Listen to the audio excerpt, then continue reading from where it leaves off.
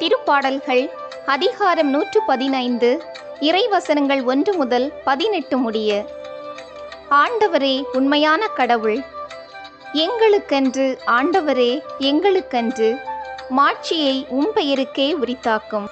உம் பேரன்பையும் உண்மையையும் முன்னிட்டு அதை உமக்கே உரியதாக்கும். அவர்களுடைய கடவுள் எங்கே என பிற இனத்தார் வினவுவது ஏன்? நம் கடவுளோ விண்ணுலகில் உள்ளார். தம் திருவுளப்படி அனைத்தையும் செய்கின்றார். அவர்களுடைய தெய்வச் சிலைகள் வெறும் வெள்ளியும் பொன்னுமே, வெறும் மனித கைவேலையே. அவற்றுக்கு வாய்கள் உண்டு, ஆனால் அவை பேசுவதில்லை. கண்கள் உண்டு, ஆனால் அவை பார்ப்பதில்லை. செவிகள் உண்டு, ஆனால் அவை கேட்பதில்லை. மூக்குகள் உண்டு, ஆனால் அவை முகர்வதில்லை.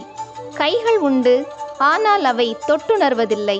கால்கள் உண்டு, ஆனால் அவை நடப்பதில்லை. தொண்டைகள் உண்டு, ஆனால் அவை குரல் எழுப்புவதில்லை. அவற்றை செய்கின்றோரும் அவற்றில் நம்பிக்கை கொள்ளும் அனைவரும் அவற்றைப் போல் ஆவர். இஸ்ரவேலரே, ஆண்டவர் மீது நம்பிக்கை கொள்ளுங்கள். அவரே உங்களுக்கு துணையும் கேடயமும் ஆவார். ஆரோனின் குலத்தாரே, ஆண்டவர் மீது நம்பிக்கை கொள்ளுங்கள். அவரே உங்களுக்கு துணையும் கேடயமும் ஆவார். ஆண்டவருக்கு அஞ்சி நடப்போரே, அவர் மீது நம்பிக்கை கொள்ளுங்கள். அவரே உங்களுக்கு துணையும் கேடயமும் ஆவார். ஆண்டவர் நம்மை நினைவு கூர்ந்துள்ளார். நமக்கு தம் ஆசியை அளிப்பார். இஸ்ரவேல் குடும்பத்தாருக்கு ஆசி வழங்குவார்.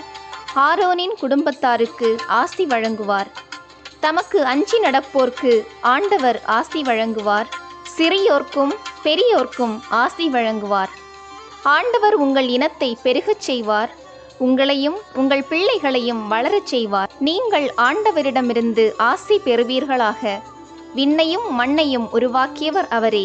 விண்ணகமோ ஆண்டவருக்கு உரியது, மண்ணகத்தையோ அவர் மானிடர்க்கு வழங்கியுள்ளார். இறந்தோர் ஆண்டவரை புகழ்வதில்லை, மௌன உலகிற்குள் இறங்குவோர் எவருமே அவரை புகழ்வதில்லை. நாமோ ஆண்டவரை வாழ்த்துகின்றோம், இப்பொழுதும் எப்பொழுதும் வாழ்த்துகின்றோம்.